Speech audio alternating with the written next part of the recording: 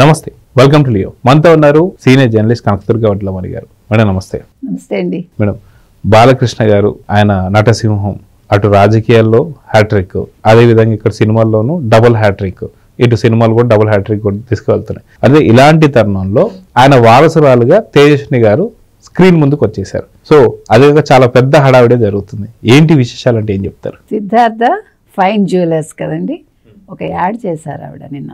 తేజస్విని నందమూరి, తేజస్విని భరత్ కదా, రెండు పేర్లు. అయితే మీరు అన్నట్టుగా నందమూరి బాలకృష్ణకి వారసురాలిగా ఆవిడ ఇవాళ నటనలోకి వచ్చారా అంటే అది మొత్తం నందమూరి ఫ్యామిలీలోనే ఉంది కాబట్టి, ఎన్టీ రామారావు గారి నుంచి ఉంది కాబట్టి, అది అంటే మన జనాల భాషలో చెప్పాలంటే ఆ రక్తం. మామూలుగా అయితే ఆ వంశంలోంచి వచ్చింది కాబట్టి ఆవిడకి అది వంశపారంపర్యంగా నటన అనేది అబ్బిందా అని. ఎందుకంటే ఇటీవల నేను గద్దర్ అవార్డ్స్ కమిటీ మెంబర్గా ఉన్నప్పుడు ఫైనల్గా అవార్డ్స్ రోజు ఆవిడని చూశాను. నాకు ఎందుకో అనిపించింది ఈవిడ రావచ్చు కదా నటనలోకని. ఎందుకంటే ఆవిడ ప్రత్యేకత ఏంటంటేనండి, ఆవిడ కళ్ళు మామూలుగా మేము తమిళంలో ముట్టకన్ను అంటాం, పెద్ద పెద్ద కళ్ళు ఇలా కొంచెం ముందుకొచ్చి బాగుంటాయి ఆవిడవి. సో నాకు ఆ కళ్ళు చూసినప్పుడు చాలా బ్రైట్గా అనిపించింది. అమ్మాయి ఫేస్ కూడా బాగుంటుంది, ఆ అమ్మాయి నవ్వు కానీ ఎందుకో నాకు అరుసు చాలా నచ్చింది ఆ పాప. సో అప్పుడే అనుకున్నాను ఈ అమ్మాయి వస్తే బాగుంటుంది కదా అని. అంటే it's my personal feeling, I'm telling. So ఇప్పుడు ఆ యాడ్లో కూడా చూసారా మీరు, ఇట్లా వస్తుంది, అట్లా టకటకటక ఎక్కేసి ఆ పైన ఒక రింగ్ లాంటిది తీసుకుంటుంది. దాని ప్రత్యేకత ఏంటంటే అది ఫస్ట్ రింగు, తర్వాత ఒక గాజు అవుతుంది. అది ఆ రింగ్ ఇట్లా విడదీస్తే అంటే ఆ ఫైన్ జ్యువెలరీ అనే దానికి ఇది చాలా యాప్ట్గా ఉంది. నెంబర్ 1. నెంబర్ 2 కళాత్మకత. అంటే మీరు అక్కడ జ్యువెలరీస్ కొంటే ఒక ప్రత్యేకత ఉంటుంది అనేది ఒక చిన్న ఒక రింగ్ ద్వారా మనకి చూపించారు. అంటే యాడ్ ఎవరు తయారు చేశారో మనకు తెలియదు కానీ చాలా అద్భుతంగా ఎలివేషన్ అయితే వచ్చింది. ఆ అమ్మాయి బాగుంది, అది అంత టకటక ఎక్కేసి అది పైనుంచి తీయటం, దాన్ని ధరించడం కారులో, మళ్ళీ దాన్ని గాజుగా మార్చుకోవటం, తర్వాత హెర్ ఎంట్రీ ఇంటూ ద ఆ జ్యువెలరీ షాప్ అక్కడ కూడా అది చాలా ఎలివేషన్ బాగుంది. తర్వాత నగలు చూపించటం, దాని గురించి ఒక పాట, ఆ పాటలో కూడా ఆ పదాల కూర్పు కూడా పాట చాలా బాగుంది. ఆ తర్వాత వాళ్ళ అత్తగారు మాట్లాడారు. యాక్చువల్గా అది వాళ్ళ అత్తగారి జ్యువెలరీ షాప్ అనుకుంటా.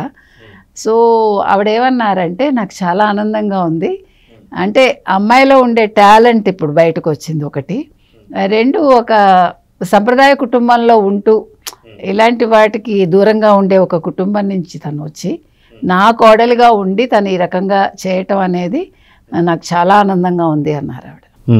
అంటే she appreciated her daughter in law. అది చాలా అవసరం. ఎందుకంటే ఇప్పుడు మీలో అందం ఉండొచ్చు, టాలెంట్ ఉండొచ్చు, కానీ ఆ టాలెంట్ బయటకు వచ్చినప్పుడే దాని విలువ తెలుస్తుంది, అంతే కదండి. సో ఇప్పుడు బాలకృష్ణ గారికి ఎంత ఫ్యాన్స్ ఉన్నారో అందరికీ తెలుసు.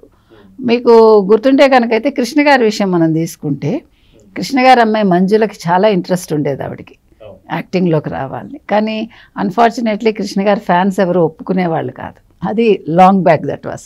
అందుకే ఆవిడ ఒక సినిమాలో కూడా చేశారు.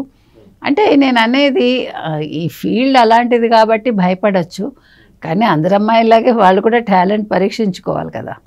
రజనీకాంత్ కూడా వాళ్ళ పిల్లల్ని రానివ్వలేదు సినిమాల్లోకి, తను కండిషన్ పెట్టారు అంటారు.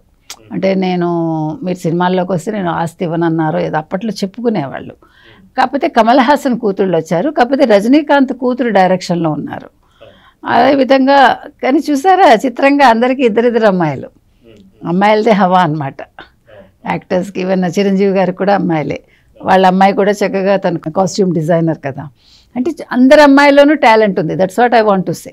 దత్తుగారు అమ్మాయిలు అంతే, స్వప్న కానీ ఇంకొక అమ్మాయి కానీ. అంటే నేను అనేది అమ్మాయిలు ఎప్పుడూ కూడా ఇదివరకు భారం అనుకునేవాళ్ళు, ఇప్పుడు అమ్మాయిలే సంపద, అమ్మాయిలే టాలెంట్కి ప్రతిరూపంగా ఉన్నారు అనడానికి చెప్తున్నాను నేను. ఇప్పుడు మరి అంతమంది ఎన్టీ రామారావు గారి కూతుళ్ళు అందరూ బాగా చదువుకున్నారు, మంచిగా సెటిల్ అయ్యారు, కానీ ఈ ఫీల్డ్లోకి ఎవరు రాలేదు. మొత్తం నందమూరి కుటుంబంలో మొట్టమొదటి వారసురాలు ఈవిడే. అంటే ఆడవాళ్ళు వారసులు ఎంతో మంది వచ్చారు, బట్ వారసురాలుగా ఈవిడ ఎంట్రీ ఇచ్చారు తేజస్విని. ఐ థింక్ తను సినిమాల్లో కూడా నటిస్తారని అనుకుంటున్నాను, ఎందుకంటే షీఈస్ వెరీ మచ్ ఇంట్రెస్టెడ్ అని మనం విన్నాము. So that's a good thing. Let her come, let her prove. అంటే ఇదివరకు మనకి సినిమా ఇండస్ట్రీలో ఎలా ఉండేదంటేనండి, పెళ్ళయిందని చెప్పుకోవటానికి కొత్తలో భయపడలేదు. మీరు ఇండస్ట్రీ బిగినింగ్లో కనుక చూసుకున్నారంటే ఒక భానుమతి గారు, ఒక అంజలీదేవి గారు, తర్వాత ఈవెన్ జానకి గారు, 3 పిల్లలు పుట్టాక ఆవిడ ఇండస్ట్రీకి వచ్చింది. ఆవిడకి ప్రాబ్లమ్స్ వచ్చి అప్పుడు ఆవిడ వచ్చారు. కృష్ణకుమార్కి అప్పటికి పెళ్లి కాలేదనుకోండి. తర్వాత చాలామంది హీరోయిన్స్ పెళ్ళిళ్ళు అయ్యి హ్యాపీగా వాళ్ళు కుటుంబాన్ని చూసుకుంటూ, భానుమతి గారు అయితే ఆవిడ ఏమిటి అష్టావధానం, ఏమిటి శతావధానం కూడా చేసేదేమో. స్టూడియో ఓనర్ ఆవిడ, సంగీతం అన్నీ, అసలు నృత్యం, తర్వాత మాటలు, పాటలు, అసలు ఏది లేదు ఆవిడ చెప్పాలంటే. నేను అనేది అప్పుడు పెళ్లి చేసుకున్నామని చెప్పడానికి ఆవిడ ఇబ్బంది పడలా. కానీ మధ్యలో మీకు గుర్తుంటే కనుక అయితే 90స్కి వచ్చేసరికి పెళ్లి చేసుకున్నామని చెప్పడానికి భయపడ్డారు. అందుకు ఉదాహరణ విజయశాంతి.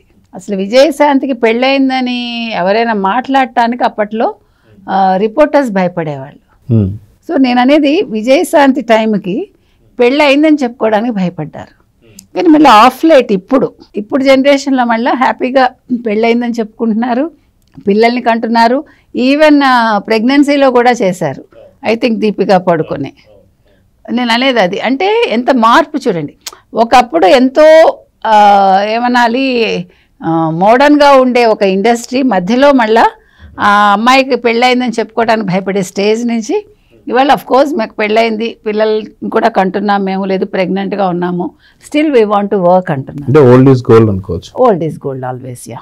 సో నేను అనేది చేంజ్ చెప్తున్నా. మీరే అందుకనే ఎప్పుడూ కూడా చక్రార పంక్తిరివా అంటారు. అంటే చక్రంలో మీరు ఎక్కడ మొదలవుతారో మళ్ళీ అక్కడికే వచ్చి ఆగుతారు. ఫ్యాషన్స్ అయినా అంతే, ఇండస్ట్రీ అయినా అంతే, అన్నీ అంతే. కాబట్టి ఇవాళ అంటే ఇది చాలా మంచి మార్పు. మగవాడు పెళ్లి చేసుకుని హ్యాపీగా పిల్లల్ని కానీ మనవల్ని కానీ యాక్ట్ చేసేటప్పుడు, ఆడపిల్ల పెళ్లి చేసుకుని పిల్లల్ని కానీ తను యాక్ట్ చేస్తే తప్పే ఉంది. హెర్ ప్యాషన్ అంతే అది. సో ఇవాళ తేజస్విని గారు కూడా అట్లాగే వస్తున్నారని అనుకోవచ్చు మనం. Let her come, let her prove herself. అంటే ఇవాళ తేజస్వినిలో మనం ఒక బాలకృష్ణ కూతురుగా మనం చూడాలా. మీకు అది నేను చెప్తున్నా. ఎందుకంటే అవసరం లేదు. వాళ్ళ అత్తగారే చెప్పారు, ఇలా వచ్చింది అలా చేసేసింది, ఒక్క షాట్లో మొత్తం ఒక రోజులో ముగిచ్చింది అన్నారు ఆవిడ. అది టాలెంట్ అంటే అది. ఒక 10 టేకులు తీసుకుని భయపడి ఇబ్బంది పడి అదేం లేదు. అంటే అది బోర్న్ టాలెంట్ అంటాం కదా, అట్లా ఆవిడలో ఉంది. కాబట్టి తను she need not say that. లేదు అంటే తనకి ఆ ట్యాగ్ అక్కర్లే, బాలకృష్ణ కూతురు అనే ట్యాగ్ అక్కర్లేదు. తేజస్విని తన బ్రాండ్ తనే. సో చూద్దాం ఖచ్చితంగా. నందమూరి వంశం నుంచి మాత్రం మొట్టమొదటి వారసురాలు అయితే వచ్చేసింది. సో తేజస్వినికి మనం కూడా లియో తరఫున ఆల్ ద బెస్ట్ అభినందనలు చెప్దామండి. నమస్తే.